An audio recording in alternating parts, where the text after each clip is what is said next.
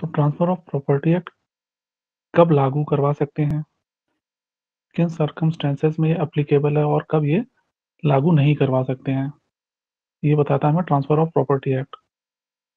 जब प्रॉपर्टी का transfer by act of the party होता है, ठीक है, bye act of the party जब किसी प्रॉपर्टी का ट्रांसफर होता है तो वहां पर हम transfer of property act use करते हैं।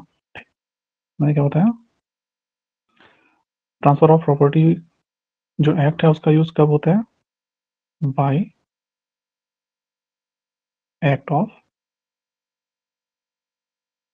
पार्टीज। ओके। और टीपी एक्ट और ट्रांसफर ऑफ प्रॉपर्टी एक्ट कब अप्लीकेबल नहीं होगी, ये ट्रांसफर ऑफ प्रॉपर्टी एक्ट तब अप्लीकेबल नहीं होगी जैसे कोई भी ट्रांसफर अगर कोई बाय लॉ है, ठीक, जैसे सक्सेशन है, ऑक्शन है, या कभी कोर्ट का कोई रूल दे देता है, कोर्ट किसी चीज को कहता है इसको अटैच करवाना है, ठीक, ये सारे काम बाय लॉ होते हैं, विधि के हिसाब से होते हैं, ठीक। तो यहाँ पर ट्रांसफर ऑफ प्रॉपर्टी एक्ट नहीं लगेगा। जो काम बाय लॉ हो रहा है उसमें ट्रांसफर ऑफ प्रॉपर्टी एक्ट का यूज नहीं होगा। जब बात होती है एक्ट ऑफ पार्टीज की, ठीक, तब वहां पर यूज होगा ट्रांसफर ऑफ प्रॉपर्टी एक्ट। कब यूज होगा, by the act of parties, ठीक, यहाँ पर टीपी लगेगा। और जब ट्रांसफर हो रहा है बाय लॉ तो वहां पर TP act not applicable. Okay. इसका एग्जांपल मैंने बताया जैसे सक्सेशन है, ठीक, ये बाय लॉ डिसाइड होता है। ऑक्शन है किसी चीज का, वहां पर भी बाय लॉ चीजें होती हैं, जैसे कोर्ट ने किसी चीज को अटैच करने के लिए बोल दिया तो वो भी बाय लॉ है। इन सब चीजों पर transfer of property act applicable नहीं। और कब नहीं लागू होगा, ठीक, जैसे मान लीजिए कोई डेड पर्सन है, ठीक, उसके जब वसीयत हो रही है, टेस्टामनी ट्रांसफर हो रही है, तब तब जो है ट्रांसफर ऑफ प्रॉपर्टी एक्ट नहीं लगेगा। ओके। सक्सेशन हो रहा है प्रॉपर्टी का, तब property act, transfer of property act का यूज नहीं होगा, ठीक। और हिंदू सक्सेशन एक्ट हो रहा है तब भी ट्रांसफर ऑफ प्रॉपर्टी एक्ट का यूज नहीं होगा। या यूपी जमींदारी अबॉलिशन एक्ट है, ठीक, वो भी बाय लॉ है तो वहां पर भी transfer of property act not applicable है। या जितने भी पर्सनल लॉज हैं, ठीक, जितने भी पर्सनल लॉ हैं उनमें भी transfer of property act applicable नहीं होगा। और ट्रांसफर ऑफ प्रॉपर्टी एक्ट कब एप्लीकेबल होगा उसके बारे में बात करें तो ये बताते हैं जब एक्ट कैसा हो, पार्टीज के बीच में हो, हाँ एप्लीकेबल नहीं होगा, उसकी एक बार लिस्ट बना लेते हैं। वो सक्सेशन में नहीं लगेगा। ओके। दूसरा है ऑक्शन, ये सब चीजें किस चीज से हो रही हैं, बाय लॉ। कोर्ट अगर कोई ऑर्डर देता है, ठीक है, टेस्टामनी है, किसी की वसीयत है, उसमें भी नहीं लगेगा। ओके।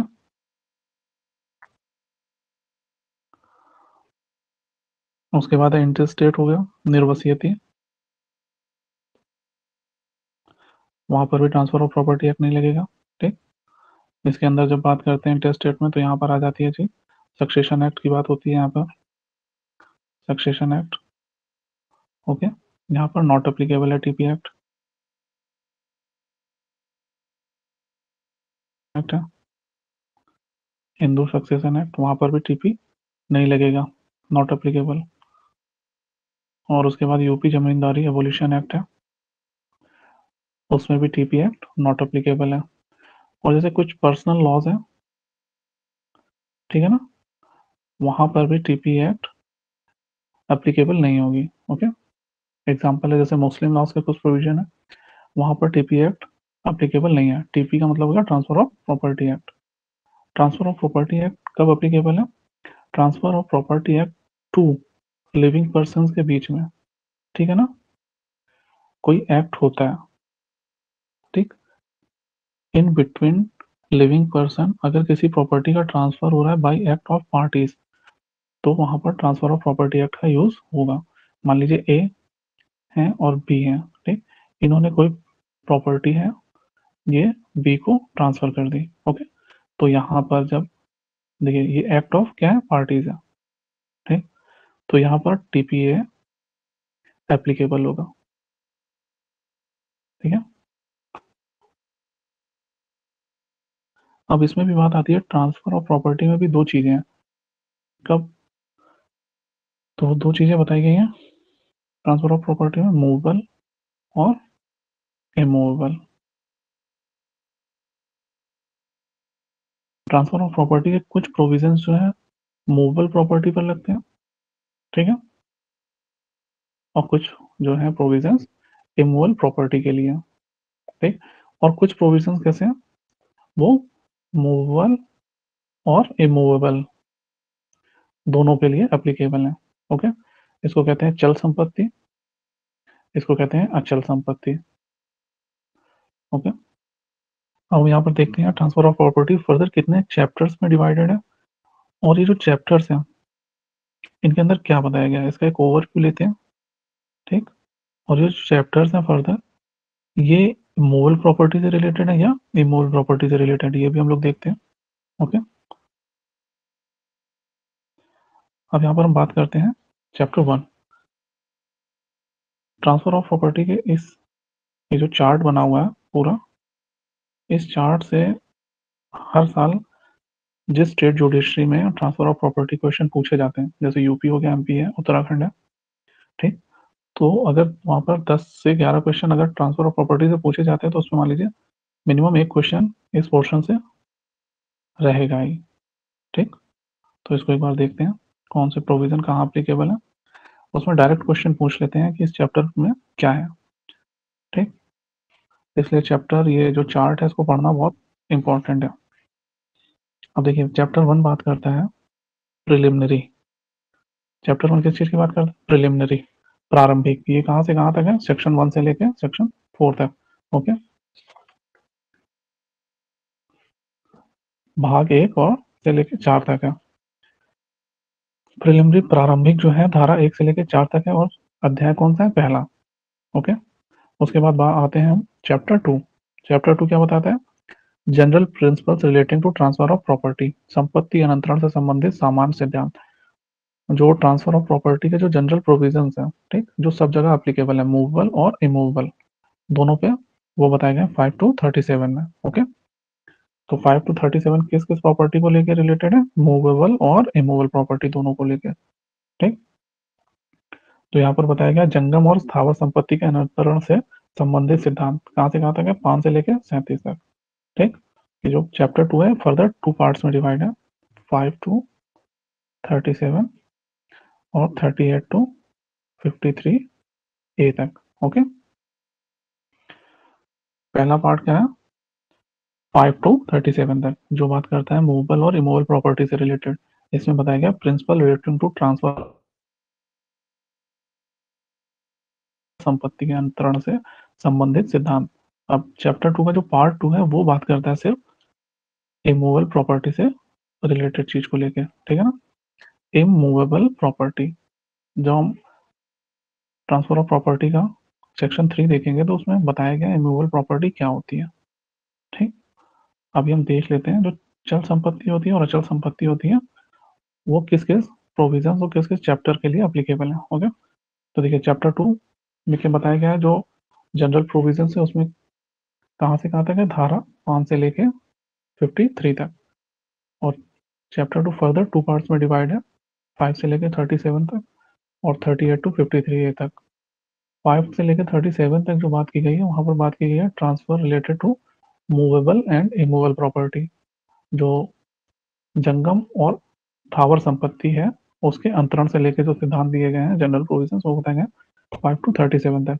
उसके बाद 38 से लेकर 53 ए तक बात करता है principle relating to transfer of immovable property, एक अचल संपत्ति को लेकर ये बात करता है। इसको कहते हैं स्थावर संपत्ति, ओके। अचल और स्थावर संपत्ति सेम ही है। उसके बाद आते हैं हम चैप्टर 3 पे, various modes of transfer of property, ठीक है ना, संपत्ति अनंतरण के विभिन्न रिवाज। ये पोर्शन जो है मोस्ट मोस्ट इंपॉर्टेंट है। इसमें जो जो चैप्टर बताया गया 3 से लेके 8 तक, ठीक, इसमें से हमेशा कोई ना कोई एक क्वेश्चन वो पूछते जरूर है, ठीक। और ट्रांसफर ऑफ प्रॉपर्टी में टोटल कितने सेक्शन है? 137। और चैप्टर कितने हैं? टोटल 8। ओके, चैप्टर है 8 और सेक्शन है टोटल 137।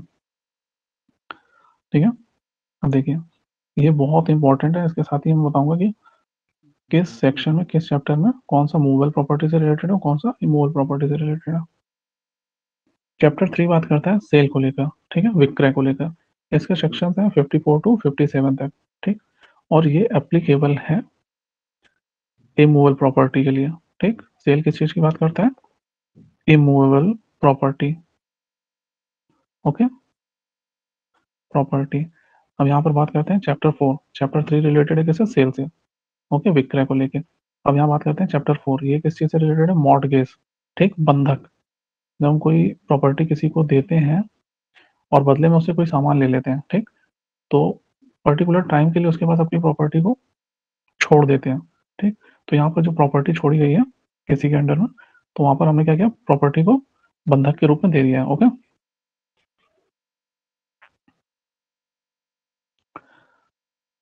यहाँ पर ये सेक्शन जो है अप्लीकेबल है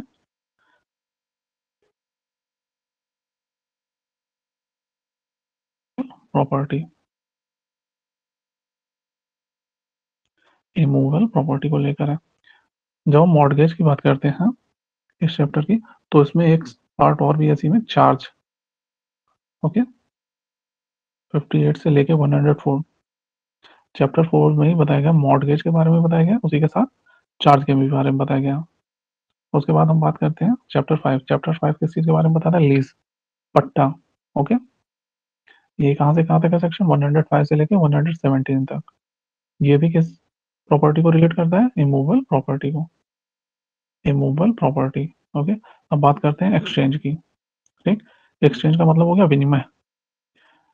इसके सेक्शन है 118 टू 121, और ये मूवेबल और इमूवेबल दोनों को लेकर बात करता है। एक्सचेंज किसके रिलेटेड है? मूवेबल एंड इमूवेबल दोनों को लेकर रिलेटेड है। ठीक, चल और अचल दोनों संपत्तियों के लिए है। चैप्टर 6 स्थावर और जंगम प्रॉपर्टी दोनों के लिए। उसके बाद बात करते हैं चैप्टर 7, ये रिलेटेड है गिफ्ट से। ठीक, इसके सेक्शन से 122 से लेकर 129 तक। ठीक, गिफ्ट को कहते हैं दान।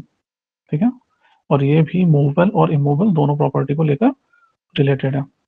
किससे रिलेटेड है? मूवेबल और इमूवेबल दोनों। Okay, movable and immovable both. Okay, अब बात करते हैं अनुयोज्य दावे, एक्शनेबल क्लेम। जो सेक्शन बताए गए इसके, सेक्शन 130 से लेकर 137। और चैप्टर कौन सा है? चैप्टर 8। इसमें जो बात की गई है, जो क्लेम है, वो कौन सी प्रॉपर्टी को लेकर है? मूवेबल प्रॉपर्टी और इमूवेबल प्रॉपर्टी दोनों के लिए। ठीक है, ये जो क्लेम की बात की गई है, ये मूवेबल और इमूवेबल प्रॉपर्टी दोनों के लिए। ठीक, एक बार फिर से क्विक रिव्यू लेते हैं इसका। देखिए, ट्रांसफर ऑफ प्रॉपर्टी एक्ट कितने चैप्टर्स में डिवाइड है? ये फर्दर 8 चैप्टर्स में डिवाइड है। ठीक है, और इसमें कितने सेक्शन है? टोटल 137 सेक्शन है। ठीक, चैप्टर 1 बात करता है प्रिलिमिनरी सेक्शंस की। ठीक, जो प्रिलिमिनरी प्रोविजंस होते हैं उनकी बात करते हैं। उसमें आता है सेक्शन 1 बताता है शॉर्ट टाइटल के बारे में। ठीक, उसके बाद 2, 3, 4 ये बात करता है। इसके बाद सेक्शन 2 बात करता है रिपील ऑफ एक्ट्स को लेकर।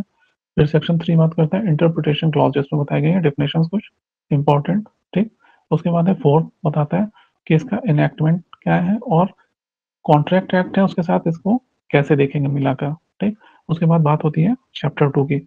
यहाँ पर हम बात करते हैं जो जनरल प्रोविजंस है ट्रांसफर ऑफ प्रॉपर्टी की, उनकी। ये हमारे चैप्टर 2 में, और सेक्शन है 5 टू 53 ये तक। ठीक, ये जो चैप्टर 2 है फर्दर 2 पार्ट्स में डिवाइड है। पहला पार्ट है 5 से 37, और दूसरा पार्ट है 38 टू 53 ए। जो 5 से 37 है वो बताता है इमूवेबल और मूवेबल प्रॉपर्टी, जंगम और स्थावर संपत्ति के अंतरण से संबंधित सिद्धांत। जो प्रिंसिपल है ट्रांसफर ऑफ प्रॉपर्टी के, वो जो इमूवेबल प्रॉपर्टी या मूवेबल प्रॉपर्टी से लेकर रिलेटेड है उनके बारे में बताता है। उसके बाद ये जो चैप्टर 2 का सेकंड पार्ट है वो है 38 से लेकर 53 ए तक। ये बात करता है जो इमूवेबल प्रॉपर्टी है उसके प्रिंसिपल्स को लेके। ठीक, अब हम बात करते हैं जो ट्रांसफर ऑफ प्रॉपर्टी है उसके वेरियस मोड्स होते हैं। प्रॉपर्टी हम किस किस तरह से दे सकते हैं किसी को, जैसे सेल के थ्रू दे सकते हैं, मॉर्टगेज कर सकते हैं, प्रॉपर्टी का लीज पे दे सकते हैं, पट्टे पे दे सकते हैं। ठीक है, एक्सचेंज कर सकते हैं प्रॉपर्टी का हम, गिफ्ट के रूप में प्रॉपर्टी को ट्रांसफर कर सकते हैं, या एक्शनेबल क्लेम होता है प्रॉपर्टी पर, ठीक, अनुयोज्य दावे होते हैं कभी कभी प्रॉपर्टी पर, इन सभी चीजों के ऊपर ट्रांसफर ऑफ प्रॉपर्टी एक्ट लगता है, ठीक है। ये जो है ट्रांसफर ऑफ प्रॉपर्टी के वेरियस मोड्स हैं, जिनमें transfer of property act immovable property को लेकर लगता है या मूवेबल प्रॉपर्टी को लेकर लगता है या दोनों को लेकर लगता है, ये बताया गया। तो चैप्टर 3 बात करता है सेल को लेकर। इसके सेक्शन बताए गए हैं 54 से 57 तक। इसको हिंदी में कहते हैं विक्रय, ठीक। उसके बाद आता है चैप्टर 4। चैप्टर 4 बात करता है बंधक मॉर्टगेज को लेकर, ठीक। जब मॉर्टगेज को लेकर बात करता है तो इसके अंदर क्या आते हैं सेक्शन 58 टू 104 तक, ठीक। और मॉर्टगेज अपने साथ में चार्ज को भी लेके रखे हुए हैं, ओके। ये दोनों जो है इमूवेबल प्रॉपर्टी को लेके हैं, ओके, अचल संपत्ति को लेके हैं। उसके बाद पट्टा की बात करते हैं, तो पट्टा भी इमूवेबल प्रॉपर्टी को लेके है।